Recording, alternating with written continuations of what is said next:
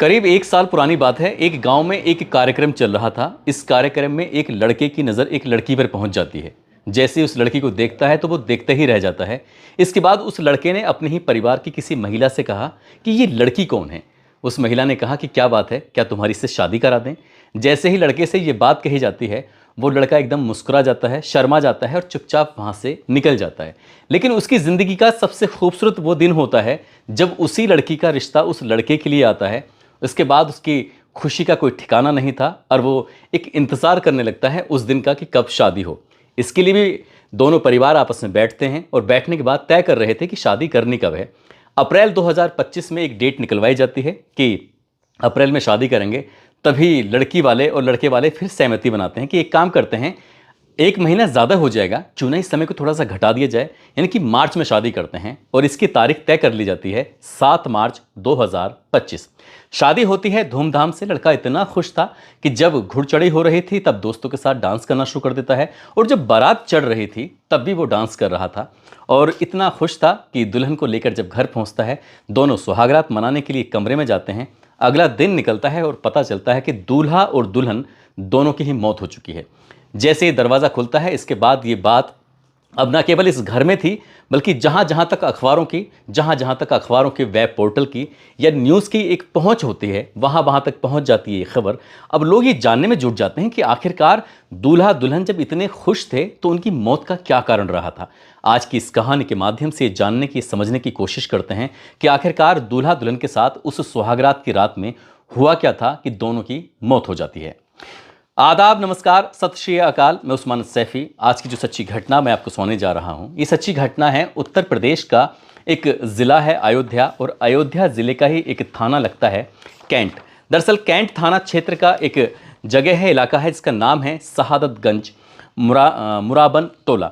बात कर रहा हूँ 9 मार्च 2025 की सुबह 6 बजे के आसपास का वक्त हो रहा था। बड़ा भाई, जिसका नाम दीपक कुमार है, दीपक कुमार अपने उठता है। उठने के बाद उसको सब्जी मंडी जाना था, बाज़ार जाना था, क्योंकि आज उसके छोटे भाई की शादी का जो रिसेप्शन था, घर में मेहमानों के आने का सिलसिला शुरू होने वाला था कुछ देर बाद। अभी 6 बजे थे, दिन यानी कि सूरज निकलने की अभी कोई तैयारी नहीं थी, लेकिन दिन निकलने लगा था, रात छटने लगी थी। वो जाता है दरवाजे के सामने, दूल्हा दुल्हन जहाँ पर वो सुहागरात मनाने के लिए गए थे उस दरवाजे के ठीक सामने खड़ा होता है। और खड़े होने के बाद वैसे ही उसे नॉक करता है 2-3 बार। मारने के बाद अपने छोटे भाई उससे बोलता है कि अरे छोटे, मैं सब्जी मंडी में सब्जी खरीदने के लिए जा रहा हूँ, जल्दी से तैयार हो जाओ, आज तुम्हारी शादी का रिसेप्शन है, एक कार्यक्रम है, इसलिए जुट जाओ। बस उसने इतनी आवाज़ लगाई अपने छोटे भाई को। ये सुबह के 6 बजे के आसपास का वक्त हो रहा था, 9 मार्च 2025 की सुबह की बात है।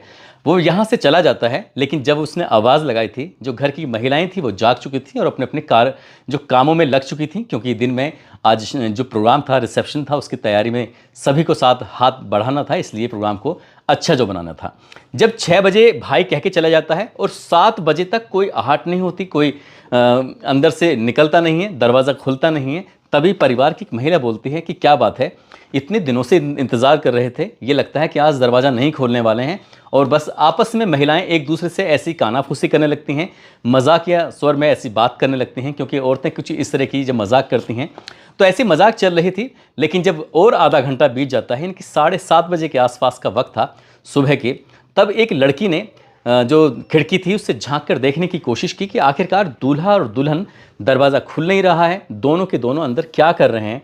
जब उसने झांक कर देखने की कोशिश की, जो उसे दिखाई कुछ ऐसा देता है कि जो दुल्हन है, दुल्हन बेड पर पड़ी हुई है बेसुध हालत में, और जो दूल्हा है वो फंदे से लटका पड़ा हुआ था। जैसे उसने दूल्हे को लटका हुआ देखा, उस लड़की की चीख निकल जाती है। इतनी ज़ोर से वो चीखने लगती है कि घर की दहलीज को वो चीखें पार करती हुई बाहर तक पहुंच जाती है। यहाँ से खुशियों के गीत गाए जा रहे थे, यहाँ से खुशियों की आवाज़ें आ रही थीं, अब यहाँ से चीखने की आवाज़ें क्यों आ रही हैं।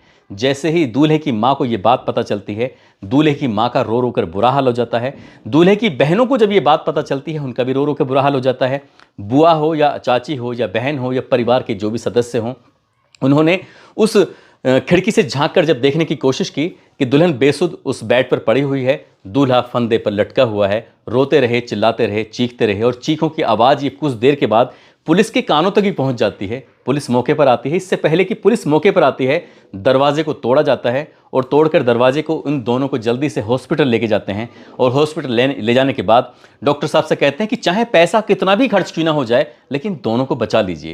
लेकिन डॉक्टर साहब ने जब दुल्हन की और दूल्हे की नब्ज़ को टटोलने की कोशिश की, उसने कहा कि बहुत देर हो चुकी है, दोनों मर चुके हैं, अभी इनके अंदर कुछ भी नहीं बचा है। बस इतना था कि इसके बाद तो फिर और ज़्यादा रोना पीटना। अब दुल्हन के घर पर यह खबर पहुंचाई जाती है, जो दुल्हन अभी कुछ घंटों पहले अपने घर से विदा होकर आई थी, 7 जन्मों तक साथ साथ रहने की कस्में खा के आई थी, वो मर चुकी थी। और दुल्हन के घर वालों को ये बात पता चलती है तो दुल्हन के घर वालों के भी रो रो कर बुरा हाल हो जाता है। वो भी मौके पर पहुंचते हैं। पुलिस ने इन दोनों शवों को कब्जे में लिया और कब्जे में लेकर पोस्टमार्टम के लिए भेज दिया। जैसे ही शव पोस्टमार्टम के लिए जाते हैं, उसके बाद हर किसी की जुबान पर एक ही बात थी कि दोनों इतने खुश थे कि खुश होने के बावजूद भी आखिरकार ऐसा क्या हुआ कि दोनों की मौत हो चुकी थी।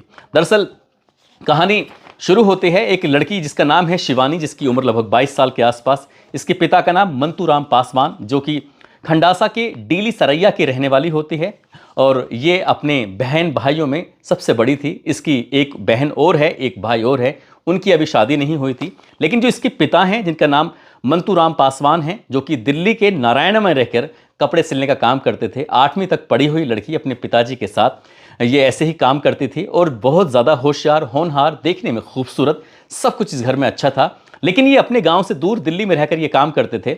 और जो लड़का है जिसका नाम प्रदीप कुमार है, पिता का नाम उसके भद्दन है, जिसकी लगभग 20 साल पहले रोड एक्सीडेंट में मौत हो चुकी थी। इस घर में 2 भाई हैं और 3 बहनें हैं। जब पिता का रोड एक्सीडेंट में मौत हो जाती है तो उसके बाद जो बड़ा भाई होता है जिसका नाम प्रदीप होता है, प्रदीप में दीपक कुमार होता है, तो दीपक कुमार पर परिवार की पूरी जिम्मेदारी आ जाती है। यानी कि छोटे भाई की भी जिम्मेदारी आ जाती है, 3 बहनों की जिम्मेदारी आ जाती है और जो माँ है वो अक्सर बीमार रहती है। 1 साल पहले एक कार्यक्रम में, ऐसा कार्यक्रम एक गांव में था जहां इन दोनों की रिश्तेदारियां थी। उन दोनों की रिश्तेदारियों में लड़के ने लड़की को देखा तो देखते ही रह जाता है, इसकी खूबसूरती पे फिदा हो जाता है। तभी अपने परिवार की किसी महिला से कहता है कि लड़की कितनी खूबसूरत है, कितनी अच्छी है।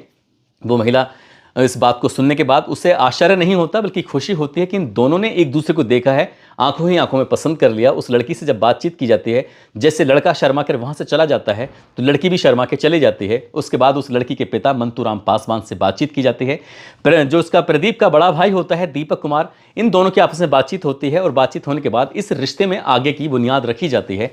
दोनों परिवारों ने खुशी खुशी इस शादी के लिए हाँ भी भर दी और हाँ भी भरने के बाद ये तय करते हैं कि शादी अप्रैल 2025 में करेंगे। लेकिन अप्रैल 2025 में ना होकर 7 मार्च 2025 की शाम को बारात जानी थी और इसके लिए तैयारी 6 महीने पहले से शुरू हो जाती है। जैसे ही प्रदीप को ये पता चलता है कि उसकी बारात जाएगी 7 मार्च 2025 को, तो पिछले 6 महीने से अपने घर को सजाने में जुट जाता है, क्योंकि वो टाइल्स का काम करता है। घर के हर एक कोने में, हर एक जगह, चाहे बाथरूम हो, कमरे हो या आंगन हो, जहां देखो वहां उसने खूबसूरती से टाइल्स से अपने उस मकान को, उसने अपने आंगन को, अपने कमरे को, अपने बाथरूम को, अपने टॉयलेट को, सबको सजा दिया था। वो अपनी शादी को लेकर बेइंतहा खुश था। उसने जो भी पैसे कमाए थे वो उसकी खुशी का अंदाज़ा इसी बात से लगाया जा रहा था। अब 6 महीने तक पहले जब ये शादी की बात शुरू होती है, तब इन 2 लड़का और लड़की की आपस में बातचीत भी होने लगती है। खुशी खुशी ये परिवार में दोनों की जब सहमति से शादी होती है तो आखिरकार 7 मार्च को बारात जाती है। चाहे वो घुड़चढ़ी हो, दोस्तों ने कहा डांस करना है, नाचना है, तो प्रदीप खुशी खुशी नाचने लगता है। बारात जब जाती है लड़की के यहाँ पर, वहाँ भी वो डांस करता है, नाचता है, झूमता है। आखिरकार 8 मार्च की सुबह 11 बजे बारात वहाँ से विदा होती है।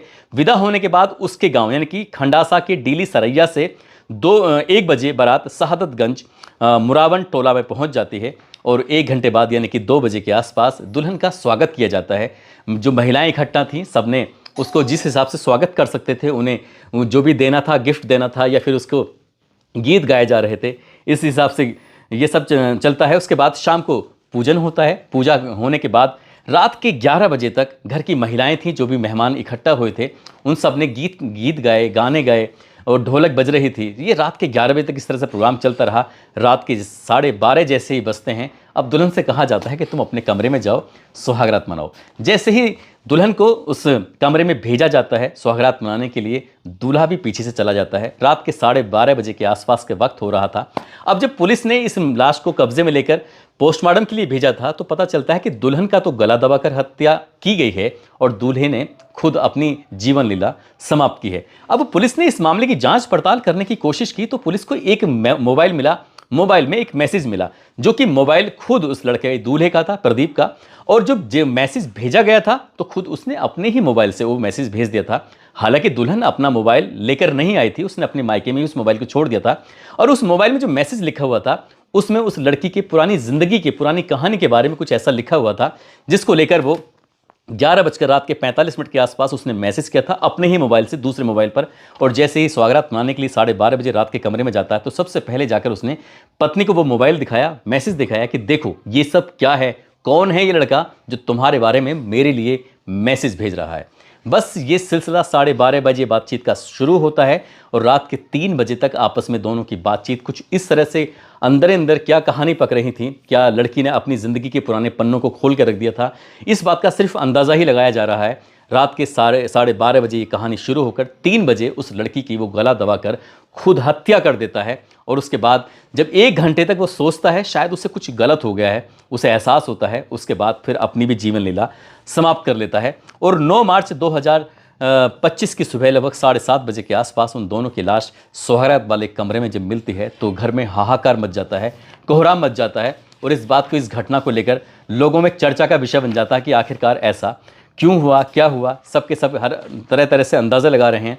पुलिस ने शवों को कब्जे में लेने के बाद जांच पड़ताल शुरू कर दी थी, साथ ही सीडीआर निकलवाई गई। सीडीआर निकलवाने के बाद अब पुलिस किसी नतीजे पर पहुंचेगी, लेकिन जब दूल्हा दुल्हन की पोस्टमार्टम के बाद लाशें घर पहुंचती हैं तो उसके बाद कैंट एरिया में ही जो शमशान घाट होता है तो दूल्हा दुल्हन के लिए एक ही चिता बनाई जाती है। और एक ही चिता बनाने के बाद बड़ा भाई, जिसका नाम दीपक कुमार होता है दूल्हे के, उसने ही उन चिताओं को आग लगाई और आग लगाने के बाद अंतिम संस्कार किया, मुखाग्नि दी। तो परिवार वालों का रो रो कर बुरा हाल था। परिवार वाले समझ ही नहीं पा रहे थे कि जिस शादी के लिए दोनों ही 6 महीने से खुशियों का इंतजार कर रहे थे, आखिरकार वो खुशियां कैसे काफूर हो गई हैं, कि क्या हो गया है। एक मैसेज ने न केवल पूरी जिंदगी को बर्बाद कर दिया, बल्कि इन दोनों के सोचने समझने की जो शक्ति थी उसको छीन कर दिया और दोनों की जीवन लीला, जिंदगी हमेशा हमेशा के लिए ख़त्म हो गई। एक मैसेज ने पूरा जो परिवार था उसको एक ऐसे जगह लाके खड़ा कर दिया है कि लोग सोच कर भी सिरहन से पैदा हो जाते हैं कि आखिरकार ऐसा क्यों किया। क्या दूल्हा मजाक कर रहा था? क्या मजाक में उसने अपनी ज़िंदगी के कुछ पन्ने खोल कर रख दिए? क्या है क्या नहीं, ये तो खैर उन दोनों के साथ राज हमेशा हमेशा के लिए दफन हो गया है, चला गया है। दोस्तों, इस पूरे घटनाक्रम को सुनाने का उद्देश्य किसी को परेशान करना नहीं है, किसी का दिल दुखाना नहीं है, बल्कि आपको जागरूक करना है, आपको सचेत करना है और आपको बताना है कि कभी ऐसी भी मजाक नहीं करनी चाहिए, कभी ऐसा भी शक नहीं करना चाहिए जिसके साथ तुमने ज़िंदगी जीने मरने की कस्में खाई हैं। आखिरकार तुम उसके साथ ऐसा कैसे कर सकते हो, कैसे सोच सकते हो? पता नहीं क्या उसने नादानी में किया, पता नहीं उसने ये सब जानबूझकर किया, पता नहीं क्या उन दोनों का सफ़र सिर्फ यहीं तक था, पता नहीं कि उनकी ज़िंदगी कहाँ कैसे शुरू हुई, कैसे जाकर ख़त्म हो गई। जाते जाते ये मध्य प्रदेश के ग्वालियर के रहने वाले हैं गोकुल प्रसाद धनकर, साथ ही उमर चंद हैं, अमीन खान हैं छत्तीसगढ़ से, मीठू ठाकुर हैं राठौर राजस्थान से, इकरार अहमद गोंडा से हैं, सूरज देव आज़ाद खान अलवर से हैं, सुमित गुप्ता कौशाम्बी से, सुनीता प्रजापति मवाना से, हिम्मत शेखावत सीकर से, लवकुश कनौजिया फैजाबाद से, लवकुश राजू संत कबीर नगर से, आयशा खान मेवात से, मेहताब खान गाज़ियाबाद से, नीलम रस्तोगी संभल से, मेरठ से समीर खान मेरठ से, मोहम्मद अनीस प्रतापगढ़ से, सबीना बानो, दीपक यादव, मोहित सिंह बिहार से और गोलू कुमार। आप सब लोग अपना ख्याल रखें, सुरक्षित रहें। जय हिंद, जय भारत।